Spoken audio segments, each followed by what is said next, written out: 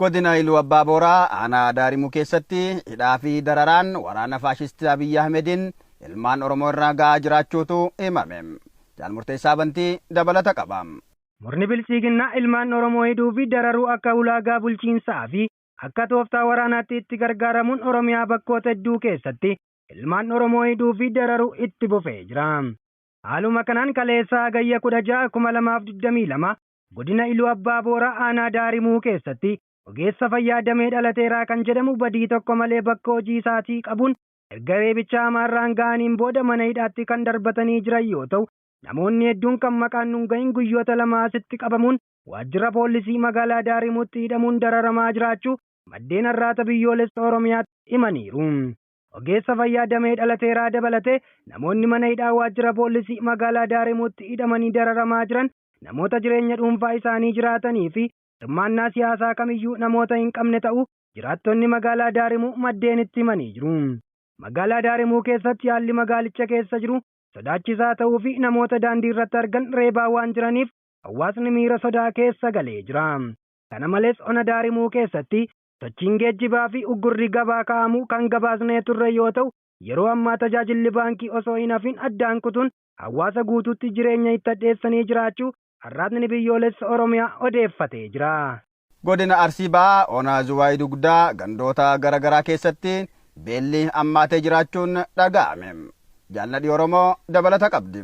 Murni bilchiginaa osoo uummatni isaa beela'uu beelicha haaluun qamadii gara biyya ambaatti ergina jechuun guyyoomsaa siyaasaa gaggeessaa jiru osoo uummaticha nyaataan hin qaqqabin beelli babal'achuun onoota gammoojjii Arsii Bahaa keessattis uummataa fi beelladoota irratti miidhaa geessisaa jira. Akka kanaanis sababa hongeen beelli godina Arsii Bahaa keessatti babal'achaa dhufuun ona Zuwaayii Dugdaa gandoota akka Caffee Jilaa, Bashiiraa Caffaa, Caffee Burqituu fi Wushittii keessatti namoonni hedduun beela'uun beelladootni waan dheedan dhabanii du'aa jiraachuun ibsameera. Gandootni gammoojjii ona Zuwaayii Dugdaa sagantaa seeftineetiin kan jiraatan yoo ta'u, maallaqa sagantaa kanaaf qabee nama tokkoof qarshii 400 ture. Sababoota akka deeggarsa raayyaa ittisa biyyaaf jechuun qarshii 230 qofa kaffalaafii jiru. Ona Zuwaayii Dugdaa gandoota gammoojjii kanneen sababa roobni dhibeef midhaan marguu dide keessatti abbootiin warraa 1000 ol ta'an miseensa maatii guutuu waliin balaa beelaaf saaxilamanii dararamaa akka jiran jiraattotni har'aata biyyoolessa Oromiyaatti himaniiru. Murni bilchiginaa waggoottan arfan darban lolaa fi ganna dhufaa darbaan magaalota keessa biqila dhaabuun suuraa ka'uu qonnaan bultootni Oromoo guyyaatti yoo xiqqaate 3 nyaatanii akka bulan irratti hojjechuu irra sangaa qonnaan bultootaa ooyiruu irraa hiikee waraana isaa nyaachisaa fi qonnaan bulaadhuma sana ooyiruu isaa irratti ajjeesaa akka jiru ni beekama. Amma aanaa Zuwaayii Dugdaa naannaa ganda Wushitti, ganda Kiyaashoo, Bashiiraa Caffaa akkasumaanis Caffee Burqituu fi Caffee Jilaa bakka iddoo jedhamutti uummanni beelaan garmalee dararamutti deemaa jirti. Uummata dararamu kana ammoo mootummaan cinamatti dabee waan tokkorra oduma isaa homaa hin godhin uummata seeftineetti hin jiraatu kana cinatti dhiisee seeftineetti kennamuuf sanuu irraa cicciree gaheen nama tokkoo 400 ta'e odoo jiru amma 300 qofa kennuudhaan maal raayyaa biyyaati maali jedhanii uummata dararaa fi miidhaa guddaa irra jiranii kan akka har'aata biyyoolessaatitti akka nu beektan. Egaan daawwattoota keenya kabajamoo har'aata biyyoolessa Oromiyaarraa oduun keenya idilee galgala kanaaf jennee qindeeffannee dhiyaanne kanumaan gammaa ture.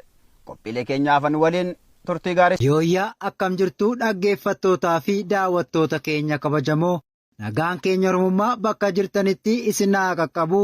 Gabaasa tarkaanfii gooticha waraana bilisummaa Oromoo Hagayya 17 bara 2022 isin dhageessisaa.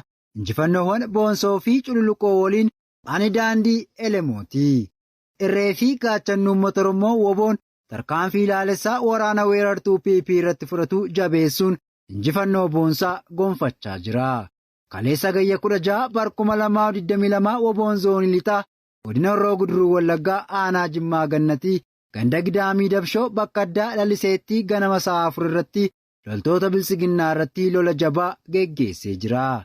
Humna waraana faashistii kan magaalaa Aratootii halkan ba'anitti haxxeedhuun ganama konkolaataa siree fi lamaan humna goomsituu Aratoo gara Shaambuutti qajeelchitus jajjabeen dursee odeessa waan qabuuf konkolaataa dhiisee warra halkaniin haxxeedhee buletti duubaan cabsuun rasaasaa fi boombiin akaa'ee 9 biyyeetti yoo dabaluu 6 madeessuun hospitaala Shaambuutti ergeera. Gootichi waraana bilisummaa Oromoo zoonii kibbaa ona Bulee Horaa keessatti ganamarraa hagayya 17 bara 2022 tarkaanfii ilaalessaa diina irratti fudhatee jira. Gujii lixaa ona Bulee Horaa ganda Gaalee Magaadaatti gootichi abbaa haqaa oboon waraana weerartuu bilisiginnaa irratti tarkaanfii fudhateen diinni baaraguun of duuba deebi'eera. Tarkaanfii ganamaan diina rifaasee kana fudhachaa kan ture oboon zoonii kibbaa konyaa Gujii lixaa keessa sossoo'u Cibraan Gooroo Dugdaatii fi Maddaal Buudaa diina uummata Oromoo dhukkee irraa kaasuun hedduu du'aa fi madoon adabee akka jiru beeksiseera. Tarkaanfii oboon fudhatu hanga sirni cunqursaa buqqa'utti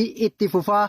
Horaa bulaa deebanaa injifannoon uummata Oromoo. Baasa gumaacha gooticha waraana bilisummaa Oromoo dinagdeen tinnisuuf taasifame kan hagayya 17 bara 2022 isin dhageessisa. An icciitii bantiiti. Irree fi gaachana uummata Oromoo waboo dinagdeen tinnisuuf sabboontonni ilmaan Oromoo gumaacha taasisan cimsanii itti fufanii jiru. Hundeeffamni isaanii mana marii caffee Oromiyaa kan jedhu yoo ta'u, sabboontonni ilmaan Oromoo kunneen buusii isaanii marsaa jalqabaa manuma marii caffee Oromiyaa keessatti buusuun qarshii impaayera Itoophiyaa 218,882 waboof tumsa taasisaniiru. Booda irra garagaree sagalee warraaqsa wabootti jijjiiruun sabboontonni ilmaan Oromoo buusii isaanii itti fufuun marsaa jalqabaa 373,882 gumaachaniiru. Marsaa lammaffaaf qarshii 500,000 bireenii tokko waboof akka bitamu gumaachanii jiru. Walumaa galatti waggaa tokko keessatti qarshii impaayera Itoophiyaa miliyoona 1,100,764 gooticha waraana bilisummaa Oromootiif galii taasisanii jiru. Gumaacha taasisaniin cinatti ibsa ejjennoo asiin gadis baafatanii jiru. Gareen sagalee warraaqsa waboo garee kaayyoo Oromootii fi imaanaa irbuu shinniggaa fiixaan baasuuf ijaaramedha. Hanga kaayyoon Oromoo galma ga'utti qabsoo jabeessinee itti fufna. Kaayyoon Oromoo bilisummaadha. Bilisummaan afaan qawwee malee hin dhuftu. Kanaaf waboo jabeessuun fardiidha. Yeroo kanatti Oromoon keessoo mana isaa diinatti mul'isu osoo hin taane waan keessa isaa jiru dhokfatee diina isaatti fuulleffachuu qaba jechuun ibsa ejjennoo baafachuu isaanii gabaasa ajajaan olaanaa abbaa waboo arraata biyyoolessa Oromiyaa qaqqabsiisaniin beekuun danda'ameera. Nutis galanni keessan bilisummaa haa ta'u ittiin jenna. Horaa bulaa deebanaa injifannoon